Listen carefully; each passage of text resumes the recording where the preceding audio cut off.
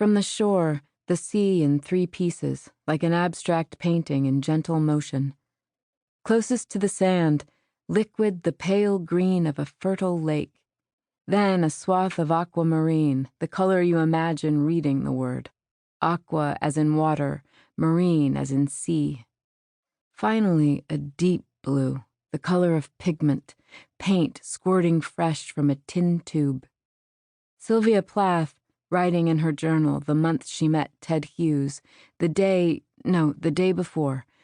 What word blue could get that dazzling drench of blue moonlight on the flat, luminous field of white snow, with the black trees against the sky, each with its particular configuration of branches? No matter the snow, the black trees. The sea was that color. The color of what word blue?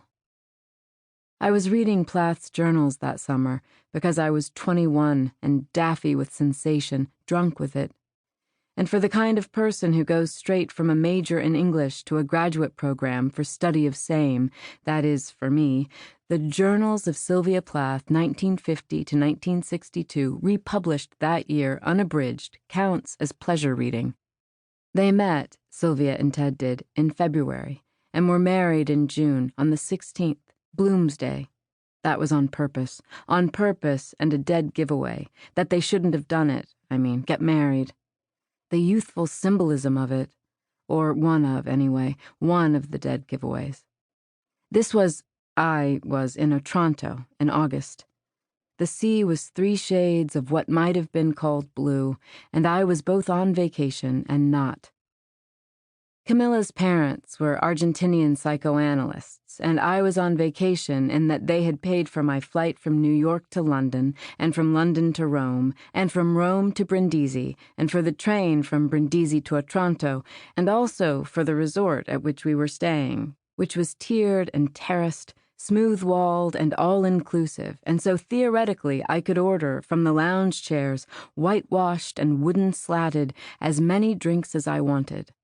Though practically I couldn't, because the reason the flights and the train and the room had been paid for, the reason I was with Camilla and her parents at all, was that Camilla had twin brothers, 7 years old, and it was my job to mind them.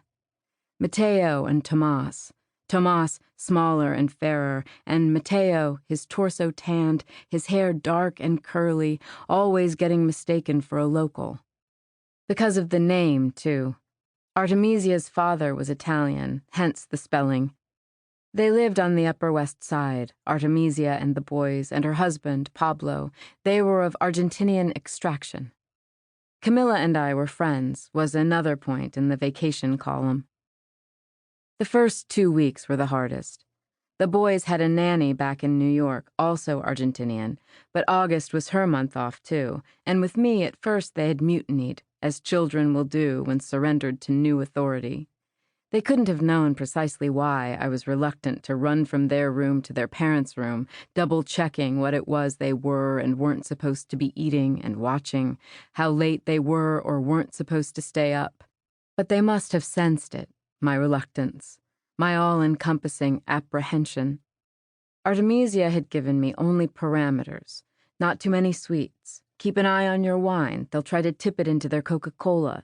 And a different woman would have understood this as license. A different woman would have known, from Artemisia's eye makeup, from the long shift dresses she wore, sleeveless, from the bracelets that bruised her arm, slender and golden, from her sunglasses and scarves, from the fact that Pablo had only ever spoken to me directly 3 times, and never about the children, that the rules were mine to make. But I was an uncertain girl, weak of will and ego, and I wanted Artemisia and Pablo to like me. Artemisia in particular, because it was immediately obvious, from her shift dresses and her bracelets, and also from the way Pablo angled his head when he spoke to me, so that his eyes, and he was already short, were looking not quite at my face, that her approval would be the harder won. I lived in fear those first few weeks, that Tomas and Matteo, Teo we called him, so that they were Tome and Teo, the O in Tome narrow, closed so that it sounded not at all like an abbreviation for the American Thomas, would run to their parents and tell them their new nanny was just awful and couldn't they send her away. Like I was in some knockoff Henry James novel, some knockoff Merchant Ivory adaptation of same.